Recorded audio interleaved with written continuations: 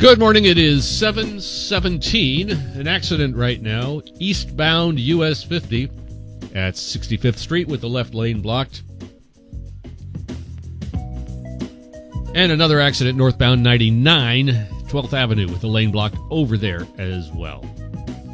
To the phone we go. It is Dan in Sonoma. Hello, Dan. Morning, sir. I probably speak for few that I'm loyal to a fault, I suppose, regarding the news. I did watch the whole debate. Started at 5 o'clock. I'm certain most people didn't care or did watch it.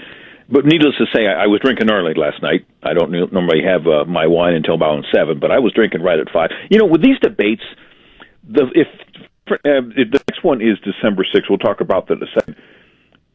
Drinking should be required when you watch these things. It really enhances the whole atmosphere. Well, I'm glad that helped. I'm glad that got you through, Dan. It did. Hope it doesn't go too far. No. I try to limit my wine consumption. I've got a whole bunch of notes here, and they're in no particular order. The one time I really stood up and cheered was when Ramaswamy jabbed at Ronna McDaniel, who was in the audience, by the way, for her stupidly having NBC host the debate, and a jab at Lester Dolt, and who was the other woman that was there from Meet the Press.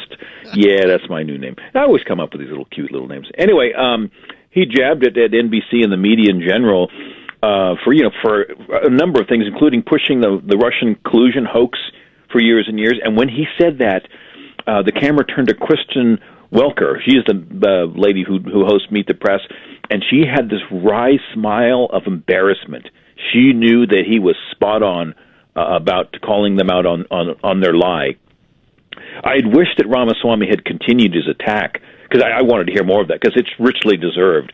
Sadly, he transferred his energies towards Nikki Haley. He was swinging wildly. It was just, he started out great, and then he just sort of faded, and that was irritating. Now, Lester Dolt's opening question was an opportunity for the candidates to point out all the flaws that they had, that Trump had in his presidency. Sadly, they didn't go down that road. They were promoting themselves, which is you would expect. But, I'm thinking about it. Trump, he's such a high lead. He's so high in the polls regarding the Republican Party. He could show up at these debates. It wouldn't hurt him. And the reason why is, when I've said this before, I've been very open about it. I will reluctantly vote for Donald Trump if he's the last guy, but I want him nowhere near the White House for a whole variety of reasons. I'm not going through those again. But I'm not a blind Trump supporter. There's a lot of blind Trump supporters out there. They're just going to vote for him just because. But if you ask them any element of his policies or anything else, they wouldn't have an answer for you. But anyway, he could show up, and he should, because if he's so proud of his presidency, he should be out there and display, what he did and so forth. And it won't hurt him, but it's not going to happen. It's not going to happen. So I don't think you have to worry, Dan. I don't think you have to worry. I don't think you'll see Donald Trump darken the door of the White House again. Maybe. Well, the way things are going, who knows what's going to happen to this guy. But again, I did say that if he's the last guy there, I would vote for him, just because you kind of have to. Now, as far as the other candidates that were there, Chris Christie, he looked old, tired, and fat. He was not himself. Well, he's just by bitter. the way, who supports? There's criteria to make the stage there, including funding support. Who the hell's funding Chris Christie? And for God's sake, George why? Soros.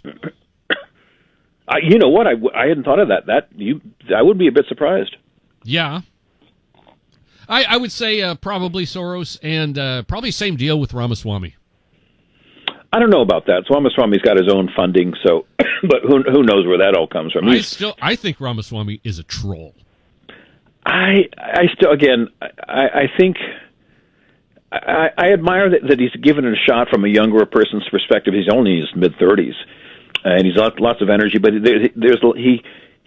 needs a lot more seasoning. He probably hangs out with Obama. Who knows with this? One of the most annoying things last night, when Lester Holt was telling a Republican audience not to cheer when they heard something they agreed with. Lester Holt is just, again, he's a hardcore leftist. He didn't want to hear the cheering, because I bet you he was there to cause as much damage as possible. These are not reporters. These are activists. And so Holt was there, doing what he did. He actually didn't do a bad job, but the questions could have been a lot better. But Ronna McDaniel, I wish I didn't hear. I guess Gallagher's going to have her on his show this morning. I want to hear what she has to say. I can't wait. She has a lot to answer for.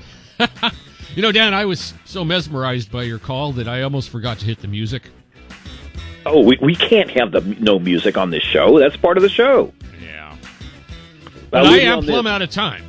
All right. We'll talk tomorrow about the next debate. It'll be a dinger.